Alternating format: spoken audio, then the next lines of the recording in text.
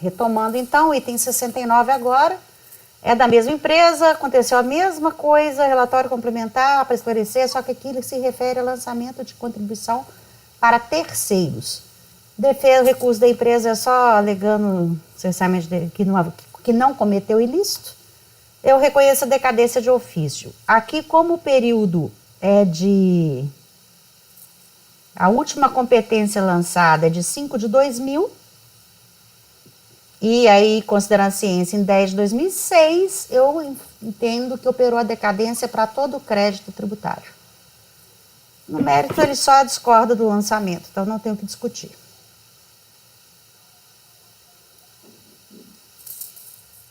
Podemos votar?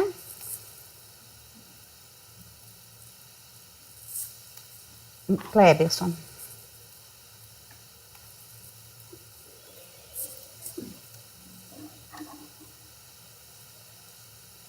Acompanho. Acompanho, Matheus, obrigada. Pinheiro. Raide. Acompanho. André. Acompanho. Tá. O 70 é um AI67, esse aqui, ele não conheço do recurso porque a defesa foi intempestiva, a ADRJ julgou a intempestividade, falou que ela é intempestiva, então caberia recurso apenas para arguir o julgamento. No entanto, ele só fala que... Ele nem fala nada, ele fala que cumpriu as obrigações. Recurso, folha 40, tá faltando uma folha aqui que eu tenho que olhar. Só fala isso. Então, eu entendo que... Salvo se caracterizar o estado de tempestade, mesmo não sendo suscitado, só caberia recurso para questionar isso, e como ele se limita a falar da inexigibilidade de repósito recursal, eu não conheço o recurso voluntário.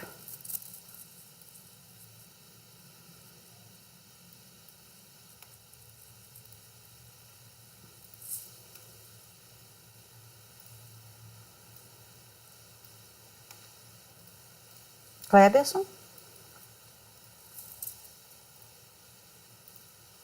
Eu ainda não li. Ah, pode ler. Eu sei que a senhora já leu aí o processo, mas eu ainda não. Não, pode olhar. Até é bom que eu olhe as páginas do recurso aqui, que eu coloquei a primeira página, mas não coloquei a última.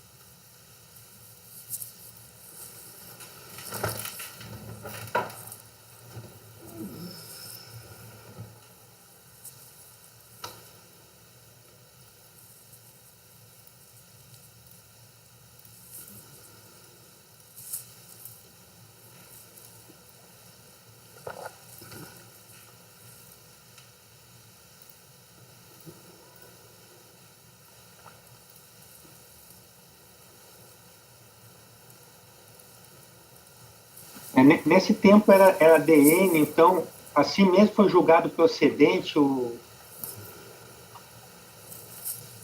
auto-infração? Era assim, né? Não, era intempestivo. Ah, eu não sei. Não lembro mais. Espera aí. O que está dito no relatório?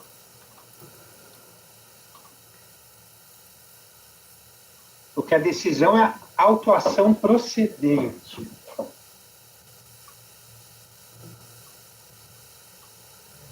Ah, tá. Foi proferida a decisão que não conheceu das alegações, mas ainda assim julgou a autuação procedente. Folha 32. Me parece que sim. Talvez era esse o procedimento, eu não lembro mais.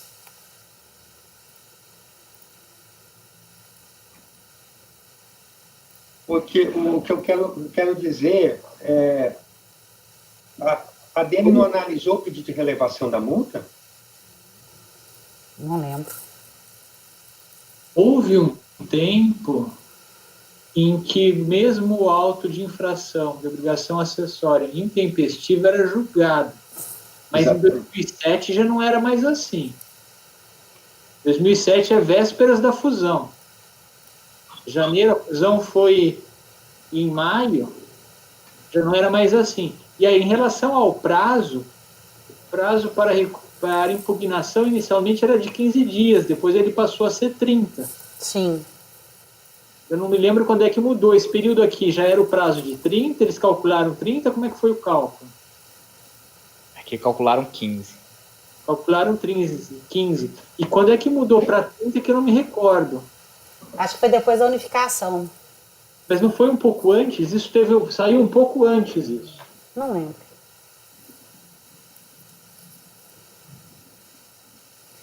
Ele afirma que julgou apresentação, seja fora do prazo.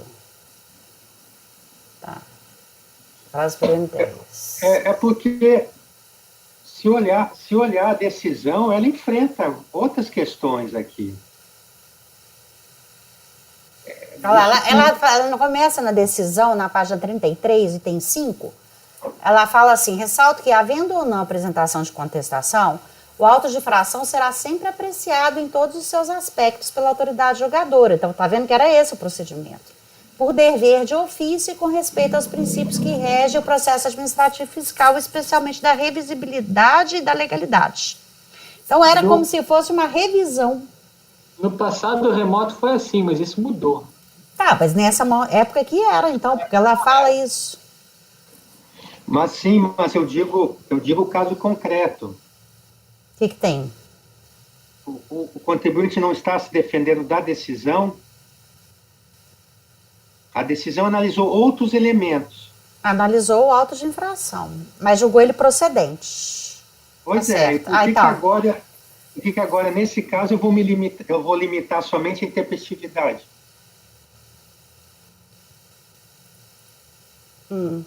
Porque mudou tudo, né?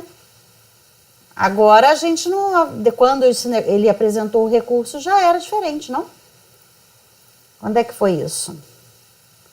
Ele deve ter apresentado o recurso 30 dias depois da decisão aqui, né? Cientificado DN 14 de março, ele apresentou o recurso em 10 de abril.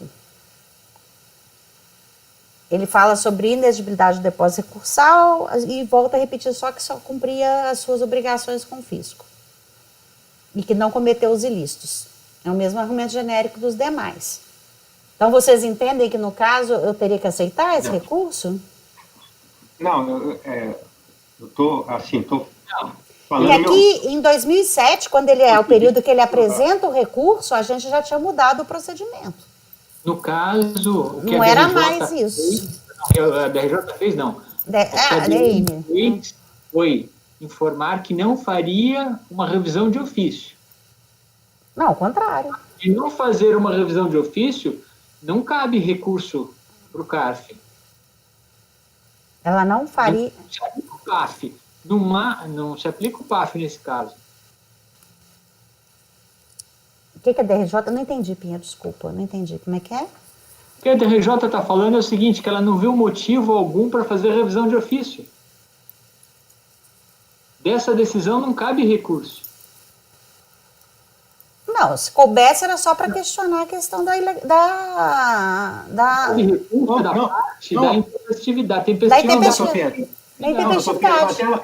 Mas ela diz aqui que ela intima para recolher a multa, ressalva o direito de interpor recurso ao Conselho da Previdência. Em relação à tempestividade, não em relação ao não exercício da revisão de ofício. Aonde que está escrito isso? Isso é entrelinha. Olha o item 9 do acórdão. Lógico, da dicção, da ordem de intimação. Olha lá o item 9. Por ser intempestiva, a defesa não reúne os requisitos formais de processamento e de legislação. Desnecessária a análise do mérito. Ela não analisa. Uma vez que a defesa regularmente interposta, não enseja tal oportunidade. Entretanto, atendendo o princípio da economia processual, na hipótese de consideração do levantado contra o seguinte presidente de defesa, e tendo também a respeito à peça redida pelo defendente, em com a obrigação moral de convencimento dos cidadãos perante a autoridade, que são investidos órgãos, procederei à análise a partir dos fundamentos colocados na defesa, tal e tal. Aí ela analisa.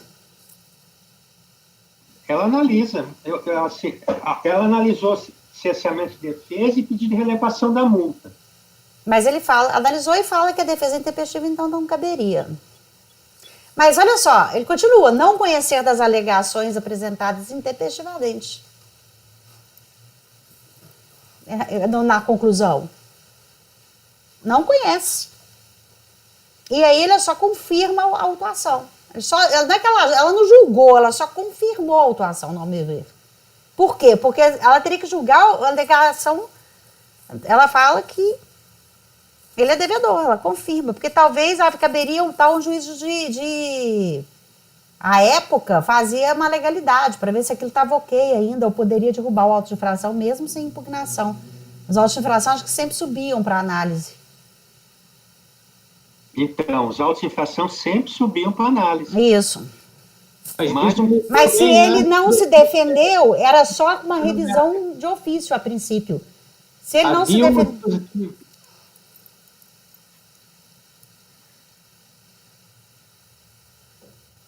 E para fazer controle de legalidade dos autos de infração de cumprimento de obrigação acessória. Subiam para análise para fazer controle de legalidade. Por isso eles eram analisados mesmo que não tivesse defesa.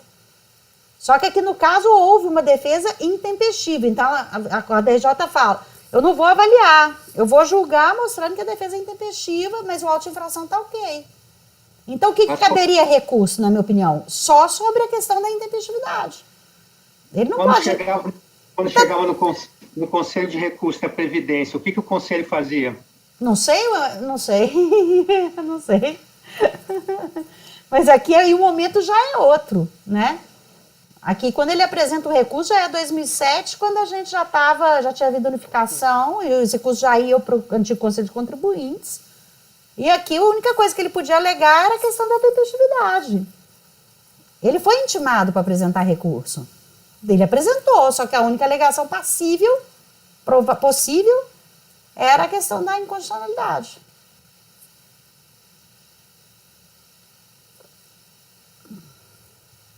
Eu acho que eu estou certa. Mas se vocês entenderem que é diferente, vamos ver, não sei. Eu acho que eu estou certa. Vai o direito de depor recurso, mediante depósito administrativo, do valor da dívida fiscal. Mas aí ela faltou só falar. Podia ter falado, depor recurso apenas quanto a tempestividade. Eu também tive essa mesma leitura, pelo que consta na folha 34 da decisão notificação, que a defesa não reúne os requisitos formais de processamento, entretanto, atendendo ao princípio da economia processual, na hipótese da desconsideração do levantado contra o presente segmento da defesa. Por que ela diz isso? Porque no caso do CARF ou da instância superior à época decidir que a defesa era tempestiva, não precisar de retornar os autos para análise de toda a matéria do direito. Matou, Matheus. Ela fez isso apenas como um plus, mas ela deixa expresso aqui que a defesa é intempestiva. Então, também tive essa mesma leitura. É isso aí, Matheus. É isso mesmo. Por economia processual, ele fala isso. É porque se a gente considerasse tempestivo, a gente não precisava voltar para julgar o mérito, porque ele já julgou. É isso mesmo. A única coisa devolvida poderia ser a tempestividade. Ele não devolveu essa matéria.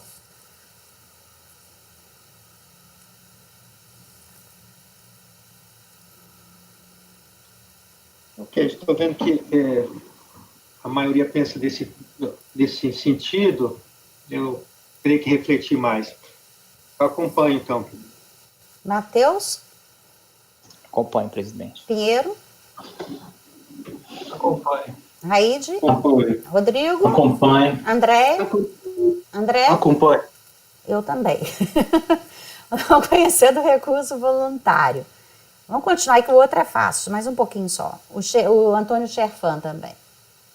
Item 71. É uma notificação fiscal referente à contribuição, correspondente à contribuição da empresa, JURAT, terceiros, incidente de condenação paga declarada em GFIP. Na época ainda se levantava crédito tributário. Consta ainda no relatório fiscal que as folhas de pagamento entregues pelo contribuinte em meio papel estavam ilegíveis e que a empresa informou que, devido à perda de informações, não seria possível reimprimi-las.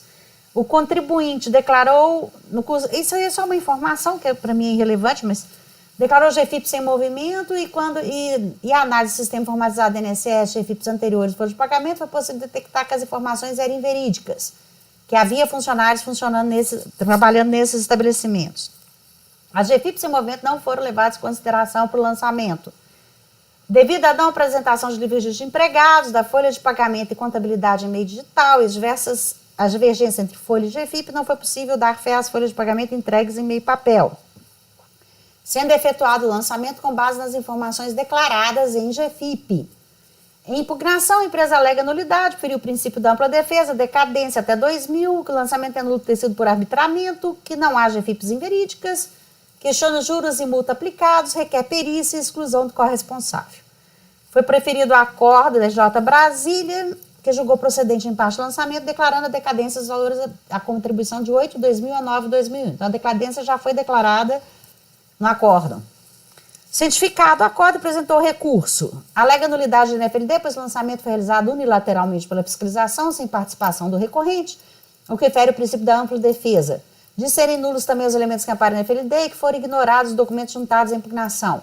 Afirma que os inúmeros relatórios juntados pela fiscalização fortalecem a nulidade processualmente de defesa.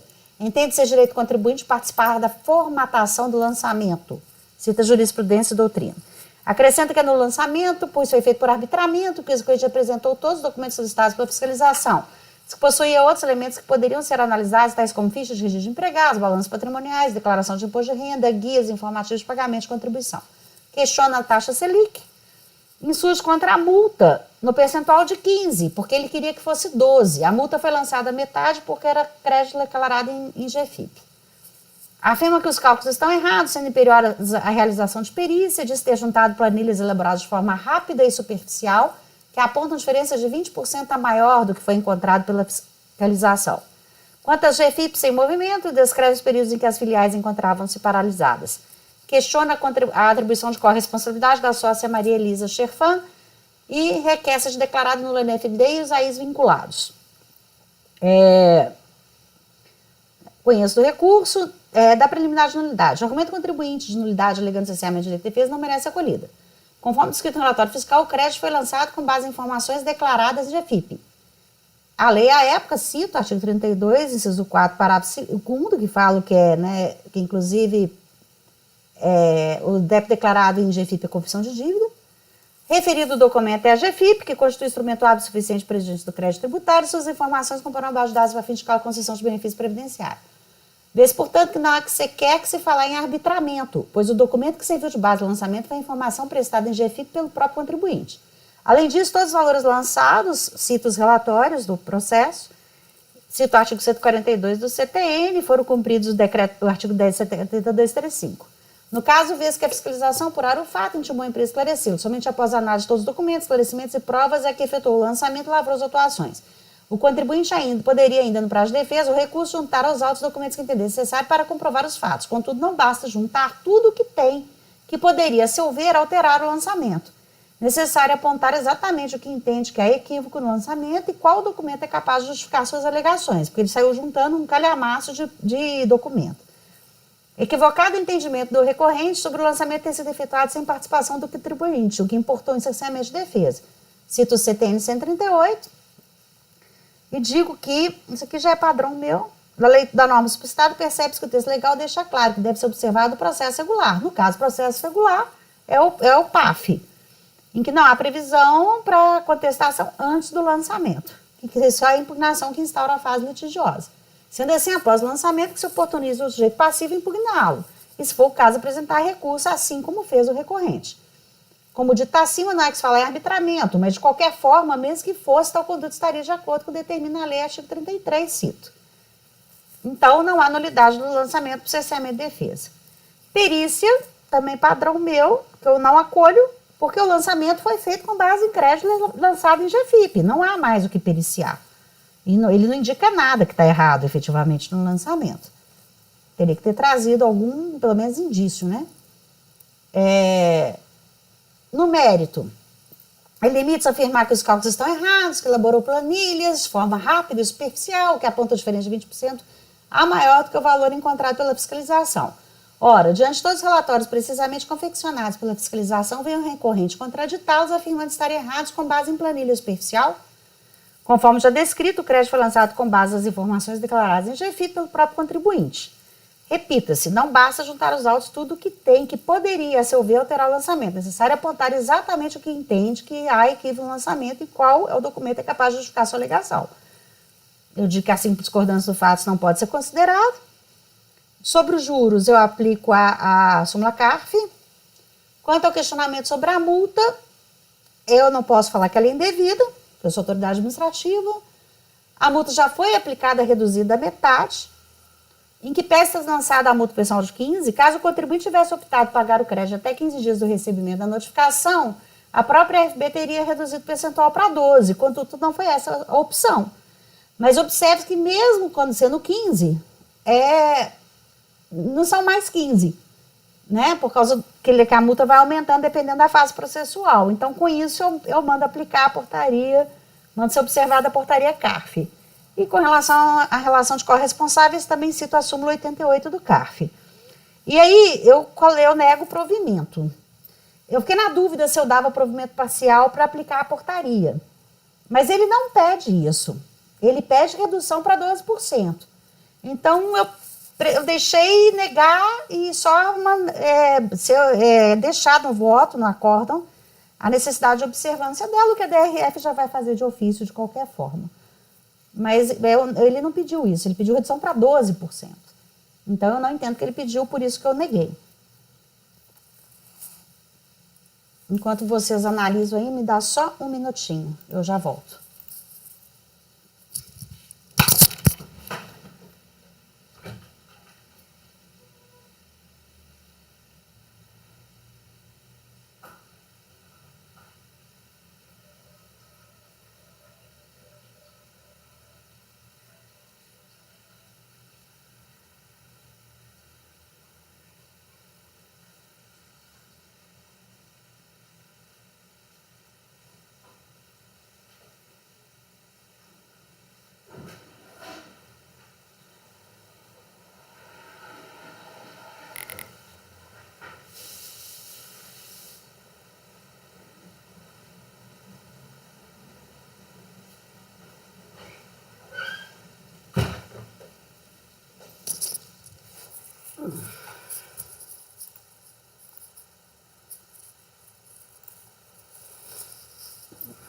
Perguntas?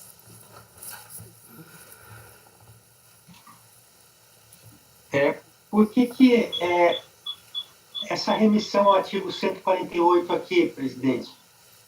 Onde? Deixa eu ver. Na análise aqui do 140. da nulidade. 138, não é não? Ó, eu citei artigo errado. Eu fui copiar 138 e citei o 148. Obrigada, Cleberson. Tá errado. Eu devo ter, na hora que eu copiei e colei errado. É o 138. Você tem...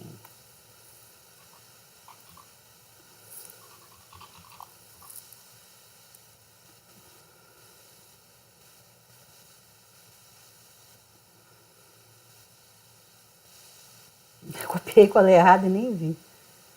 É 138. Mas o que tem a ver o 138? Não, 138 é denúncia espontânea. Não, o 148 não faz sentido. Peraí. Lançamento ter sido efetuado sem participação que importou. Deve ser observado processo regular. Qual que é? Eu citei o artigo errado? Eu acho que eu posso tirar isso daí, que não está atrapalhando em nada.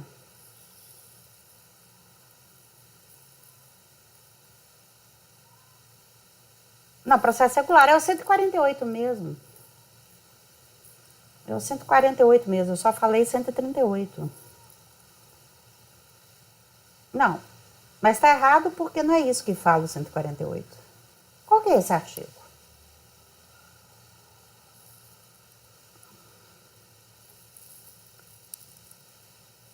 Não, é isso mesmo, 148. É o 148, não o 138. Fala sobre processo regular. Não estou te ouvindo. Seu microfone está desligado. Não é arbitramento. Não, não é arbitramento. Também eu não entendi esse contexto, porque não é arbitramento.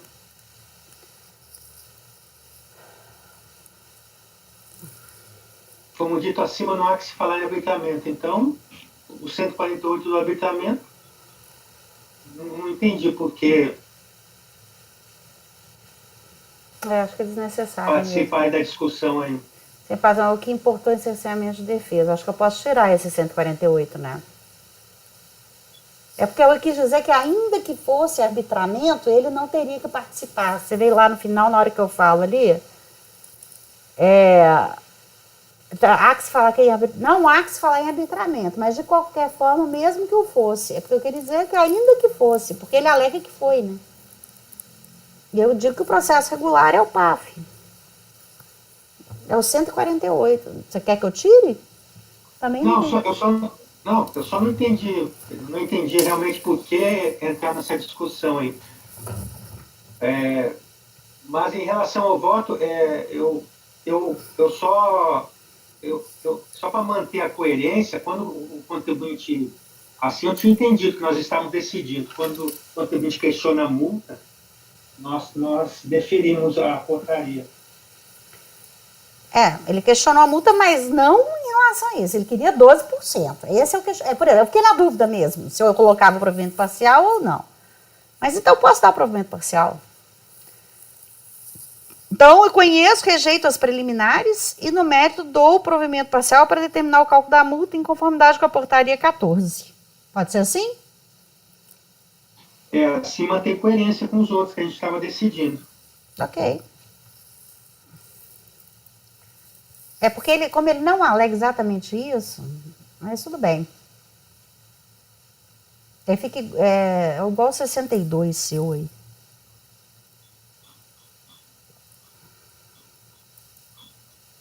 Bom, podemos votar? Então, meu voto fica rejeitar as preliminares, dar provimento parcial para aplicar a portaria 14. Sim, mais benéfico para o sujeito passivo. Porque no caso aqui eu nem sei se tem aí 68 não. Eu não estou julgando aí 68 aqui não, tá?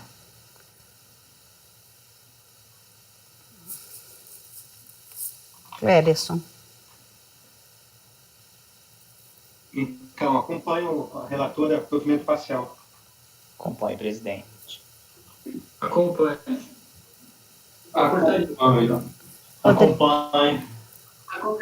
Acompanhe. Então, por unanimidade, concordam os membros. Por unanimidade, rejeitar-se no mérito, dar provimento parcial para aplicar a portaria. Certo? Certo? Certo, né? Temos 71. O 72 também é da mesma empresa? É um AI-38. Ele já falei no relatório lá do outro, que ele não apresentou documentação, que a folha de pagamento estava ilegível, ele falou que os dados foram apagados, ele não podia fazer. Então, o AI-38 é multa por ter a empresa deixar de exibir qualquer documento ou livro relacionado às contribuições. De acordo com o relatório fiscal, a empresa não apresentou o livro de registro de empregados e as folhas de pagamento continham valores muito inferiores aos informados em GFIP. E ocorreu circunstância agravante específica, sendo o valor da multa triplicado. Em impugnação, a empresa alega que atendeu a todas as solicitações da fiscalização, afirma que a não apresentação dos documentos em edital pode ser suprida por meio físico e contesta a multa. Proferida a Corte da RJ Brasília, que julgou procedente o lançamento e atenuou a multa em 50%, porque a empresa apresentou o livro de registro de empregados. Não é o que eu faria, mas como não tem recurso de ofício, eu não vou falar mais nada, né? Porque não foi só o livro de registro de empregado, teve a questão das folhas de pagamento também. Ele apresentou recurso voluntário, repetindo os mesmos argumentos da defesa, que atendeu a todas as solicitações, tendo a fiscalização agido de má-fé e lavrado auto de infração, e que a documentação que não foi apresentada em meio digital pode ser suprida por meio físico. Isso aqui ele alega por causa do outro AI, que é o AI 35, por não ter apresentado os arquivos digitais. Contesta a multa aplicada, alegando que ela é excessiva, que deveria ser observado o princípio da proporcionalidade e razoabilidade. Bem, conheço do recurso, cito o dispositivo legal infringido. Não há como ser colhida a alegação de que apresentou todos os documentos. Não há comprovação de que o livro de registro de empregados solicitado no termo de apresentação foi apresentado à fiscalização durante o procedimento fiscal. Contudo, por ter apresentado o livro de registro juntamente com a defesa, o valor da multa foi atenuado de 50%, conforme relatado. Também não há como ser colhido o argumento de que o valor da multa é excessivo, sendo desproporcional e razoável, que ela foi calculada conforme determina a lei, e o meu parágrafo padrão que eu falo que o agente administrativo não pode questionar a lei, ainda mais sobre argumentos de inconstitucionalidade. Cito a súmula CAF número 2 e conheço o recurso no mérito e nego provimento.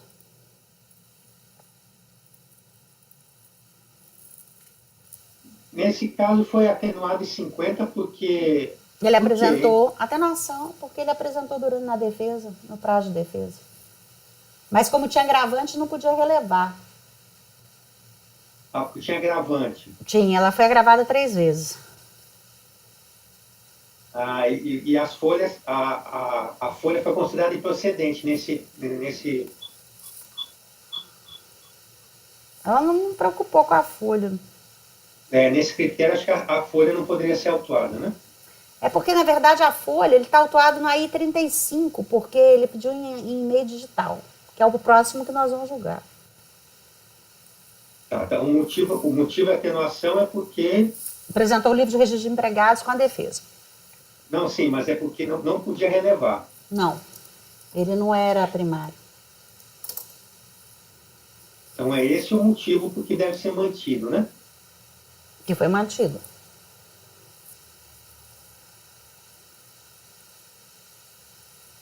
Só que ele não pede relevação mais aqui para mim, não. Ele só alega que cumpriu as obrigações, fala que a fiscalização agiu de má fé. Ele não pede isso para mim, não. Ok. Ok? Então, bota, por favor. Acompanho. Matheus, Acompanho. Pinheiro, Acompanhe. Raide, Acompanho. Rodrigo, Andréia. Acompanhe. André? André? Ok. Então, por unanimidade de votos, negar provimento. O 73 é um AI 35. Deixa eu abrir ele aqui. Que foi por não apresentar arquivo digital. Ele viu, de acordo com o relatório fiscal, o contribuinte deixou de apresentar todas as alterações ocorridas no contrato social da empresa, as folhas de pagamento em arquivo digital e a contabilidade em meio digital. Conforme o relatório fiscal, ocorreu circunstância agravante e incidência. A impugnação, a empresa alega que atendeu a todas as solicitações da fiscalização e que essa agiu de má fé. Afirma que a não apresentação dos documentos digitais pode ser suprida por meio físico e contesta a multa aplicada, alegando que é excessiva. A DRJ julgou procedente o lançamento, o cientificado apresentou recurso, novamente dizendo que atendeu a todas as solicitações e que a fiscalização agiu de má fé, que apresentou o documento em meio papel, o que pode ser suprido, então não precisava apresentar em digital, contesta a multa, mesmo argumento. Então, no mérito, eu cito o dispositivo legal da multa, não acolho, e cito a DRJ, porque ela alega que apresentou todos os documentos, e a DRJ já analisou, que as folhas de pagamento são ilegíveis, que ela mesma fala que não podia refazer porque perdeu os arquivos. Então, ela realmente não apresentou os arquivos digitais e, sendo assim, correto o acordo decorrido e acrescente que, ao contrário do que alega recorrente, os documentos em meio papel não supre a obrigação de apresentação em meio digital. Também não há como ser acolhido o argumento de que o valor da multa é excessivo, aí fala a mesma coisa do outro, cita a súmula CAF número 2 e nega provimento.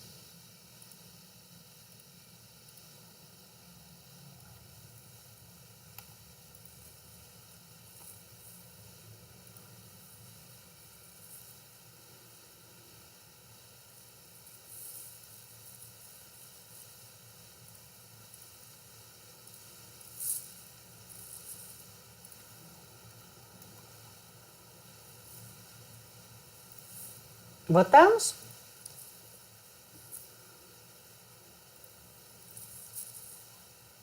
Acompanho. Acompanhe, presidente. Pinheiro, Acompanho. Acompanho. Acompanho. André Acompanho. e André. Acompanho. Então, por unanimidade, negar provimento. Vão mais? Os outros são fáceis também. Ah, vamos dar um gás, senão vai ficar muito travada. Ah, Não, não, já tá vamos, bom. tá bom por Eu hoje. acho que fomos bem. 6h30, Eu acho que tá fomos bem. bem hoje. Tá bem, amanhã a gente rende igual. Vamos parar e... Eu já estava pensando em parar mesmo, estava só querendo testar vocês. É porque são contribuintes diferentes, né? Parar a